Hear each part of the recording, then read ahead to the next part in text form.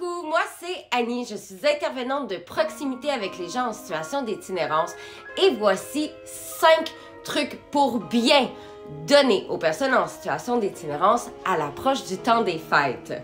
Numéro 1, ne pas donner des choses trop lourdes. Il faut se rappeler que ces personnes-là vont devoir transporter vos dons toute la journée avec eux.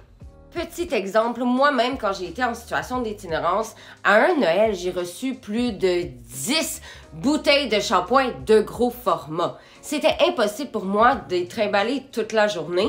J'ai dû m'en débarrasser. Numéro 2.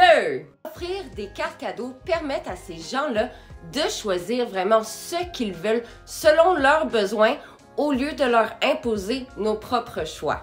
Souvent, une personne qui va utiliser des services comme exemple les hébergements vont devoir manger ce qui est servi au souper, ce qui est totalement normal. Par contre, c'est de plus en plus rare qu'on peut choisir qu'est-ce qu'on a vraiment envie de souper.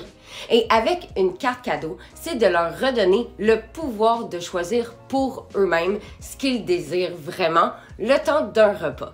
3. Donner aux organismes plutôt qu'aux personnes. Là, faites attention!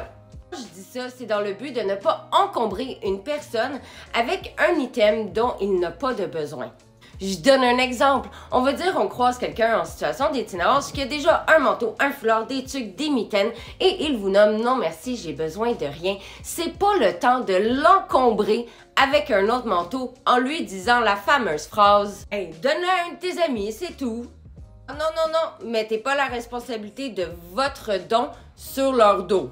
Par contre, si vous avez des vêtements chauds à donner, vous pouvez contacter votre organisme communautaire de votre quartier, leur demander en premier leurs besoins.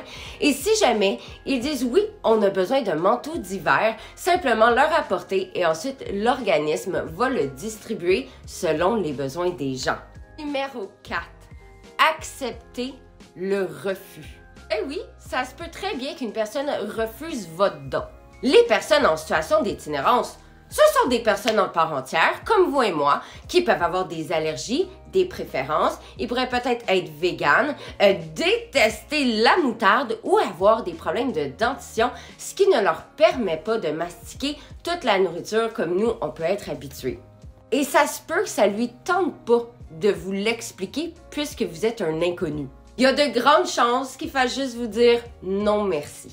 Là, si on vient dire par la suite que ce sont des ingrats qui ont refusé votre sandwich, c'est peut-être parce que l'action, vous étiez en train de le faire pour vous et pas pour eux.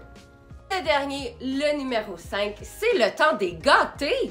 Petit chocolat chaud Ferrero Rocher, petit bonbon, petit jujube, pourquoi pas une carte cadeau du Tim Hortons pour aller se payer un bon café mocha crème fouettée. C'est super qu'à Noël, on pense leur offrir des brosses à dents, pâte à dents, savon, shampoing revitalisant. Mais personnellement, ça fait un peu votre laver joyeux Noël. Une petite gâterie, une petite pensée peut absolument changer toute leur journée.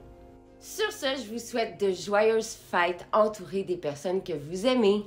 Bye tout le monde!